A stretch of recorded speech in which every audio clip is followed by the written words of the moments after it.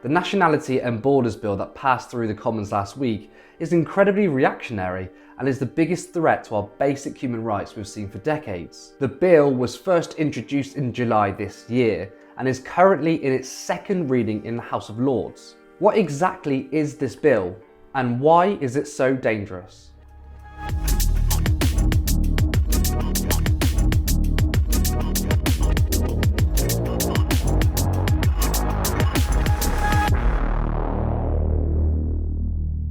The biggest concern of the bill is Clause 9.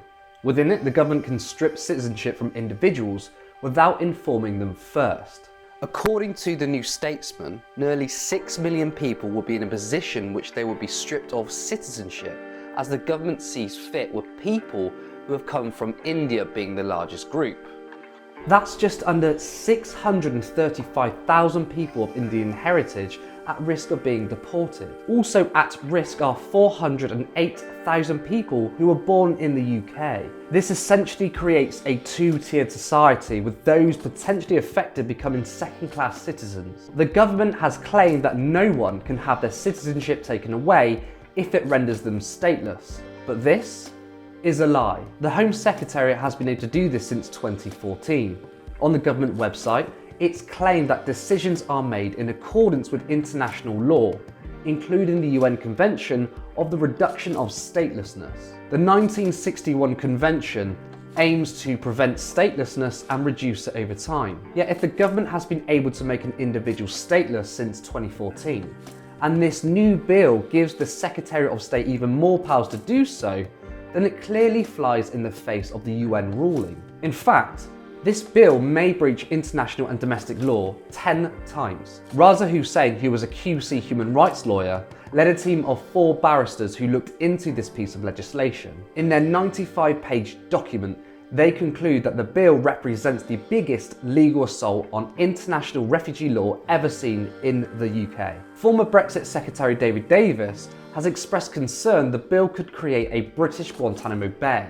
He highlights the fact asylum seekers will be sent to a foreign country when they are being processed. His worry is that this could potentially create a detention centre that parallels the notorious US-run facility in Cuba. Why is the government doing this? Well, of course, the easy answer is because this government is becoming increasingly reactionary and authoritarian in its style of governance in order to generate populist appeal with voters. The Tories believe they can carry on whipping up fear and hatred as they continue to fail to manage the pandemic and bounce from scandal to scandal. There's also the case that Priti Patel has an unhealthy hunger for stripping us of our basic human rights. But let's be incredibly charitable here and take on their claims as to why they are doing this. Number 1, stop the practices of people smuggling. By increasing criminal sentences and adding more border controls, ministers claim the strict controls will be a deterrent to those seeking financial gain by smuggling people across borders. This doesn't address the problem of said practices, and according to Amnesty International, this would have an opposite effect. All it will do is create more dangerous conditions which smugglers will use to exploit desperate people. This is similar to the way the harsher drug laws have failed to reduce the use of drugs and instead have had an overwhelmingly negative impact on users and wider society. Number 2, better protect those in need of asylum. Once again, Amnesty claims the bill will have the opposite effect. There is nothing in this bill that talks about making it safer for those seeking asylum. The policymakers say that criminalising those that risk their lives getting here will simply stop or ameliorate the issue. This couldn't be further from the truth. People are willing to risk their lives for a reason. Therefore, trying to deter people who are in a desperate situation won't stop them. A better way is to make it safer to get here. This is how you protect them. Number 3, the bill is in accordance with international law. As I explained before, the stripping of citizenship breaches international and domestic law according to human rights lawyers. The UNHCR states that the bill would create a two-tier system that undermines international cooperation and delivers unjust penalties to refugees in need of protection. Rosella Pagliucci-Law, a representative of UNHCR, says the bill is based on the notion that asylum seekers should seek sanctuary in the first safe country they arrive in. However, The UNHCR said there was no such requirement under international law, and the principle was not in the 1951 Refugee Convention. The case of Shamima Begum was a precursor to this.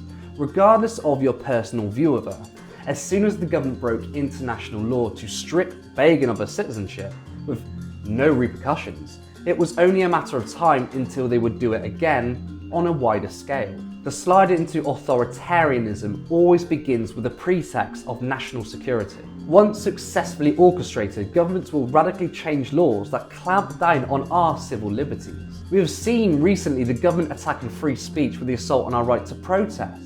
Now, they are gunning for more of our hard fought for human rights. We must stop this slide towards fascism before it's too late.